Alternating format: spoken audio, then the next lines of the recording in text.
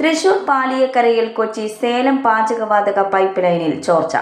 BPCL petrol pipe ലൈനിന്റെ അറ്റകുറ്റപ്പണിക്കെത്തിയ തൊഴിലാളികൾ pipe line മാറി 8 മീറ്റർ അപ്പുറത്തുള്ള KSCPL കമ്പനിയുടെ ഗ്യാസ് പൈപ്പ് ലൈനിൽ ഡ്രില്ല് ഉപയോഗിച്ച് തകരാർ പരിഹരിച്ചതാണ് ചോർച്ചയ്ക്ക് കാരണമായി പറയുന്നത്.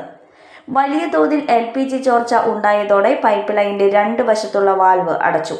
പൈപ്പ് ലൈനിൽ തങ്ങി നിന്നിരുന്ന വാതകമാണ് ഇപ്പോൾ ചോർന്നുകൊണ്ടിരിക്കുന്നത്. പുതുക്കാട് അഗ്നിരക്ഷാസേന ചോർച്ചയിലേക്ക് വെള്ളം പമ്പ് ചെയ്താണ് സ്ഥിതിഗതികൾ നിയന്ത്രിക്കുന്നത്. ചോർച്ചയുണ്ടായ പ്രദേശത്തിന്റെ ഏതാനും ചുറ്റളവിൽ ഗന്ധം അനുഭവപ്പെടുന്നുണ്ട്. മേഖലയിലെ വീടുകളിലും സ്ഥാപനങ്ങളിലും പോലീസും അഗ്നിരക്ഷാസേനയും വില്ലേജ് ഓഫീസ് അധികൃതരും എത്തി മുൻകരുതലുകൾ നൽകി.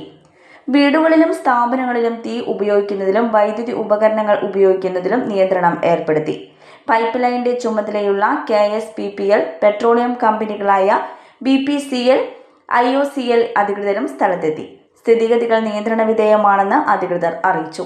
ചോർച്ചയുള്ള പൈപ്പ് ലൈനിന്റെ ഇരുവശങ്ങളിലുമായി 12 കിലോമീറ്റർ ദൂരമുള്ള പൈപ്പിൽ വെള്ളം പമ്പ് ചെയ്ത് നിറച്ച ശേഷം ഗ്യാസിന്റെ ചോർച്ച പരിഹരിക്കാൻ കഴിയുമെന്നാണ് പറയുന്നത്.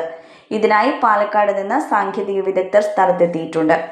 പ്രശ്നം പരിഹരിക്കുന്നതുവരെ പൈപ്പിലെ ഗ്യാസ് ചോർന്നു പോകുന്നത് ആശങ്കയ്ക്ക് ഇടയാക്കുന്നുണ്ട്. ഗ്യാസ് ചോർച്ച തുടരുന്നതിനിടെ മണലി മടവാക്കര റോഡ് അടച്ച് ഗതാഗതം നിരോധിച്ചു.